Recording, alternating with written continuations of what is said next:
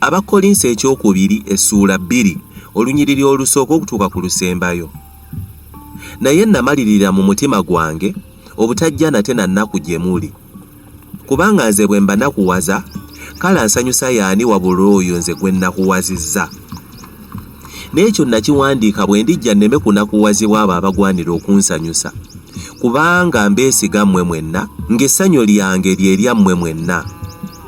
Kubanga mu kubonaabona okungi n'okuluma omutima nabawandiikira n'amazima amangi, si lwa kubanakuwaza, naye mutegeere okwagala kwe nnina gye muli bwe kuli okungi ennyo.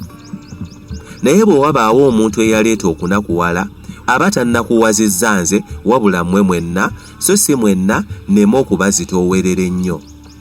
Kubanga ali bw'atyo ekibonerezo ekyo ky'aweereddwa abangi kimala. Kyekiva kibagwanira mmwe okumusonyiwa obusonyiye n'okumusanyusa afaanana bw'atyo, mpozzi aleme okumirwa ennaku ze nga ziyinza obungi.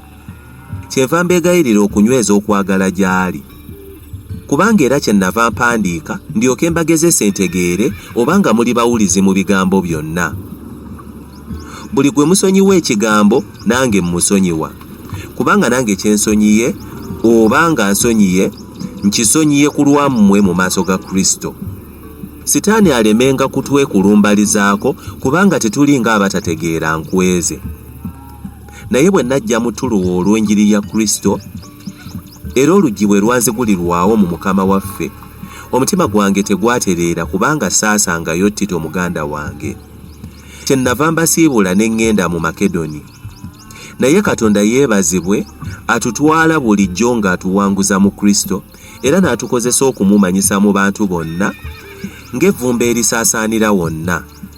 Kubanga tuli vvumba eddungi erya Kristo eri Katonda mu abo abalokoka ne mu abo ababula. Naye eri abalokoka tuli vvumba eriva mu bulamu erireeta obulamu. Era ebyo ani abiyinza? Kubanga tetulinga bali abasinga obungi abatabanguzi b'ebigambo bya Katonda, naye ng'abantu ab'amazima era abaatumibwa Katonda, bwe tutyo mu maaso ga Katonda bwe twogera mu Kristo.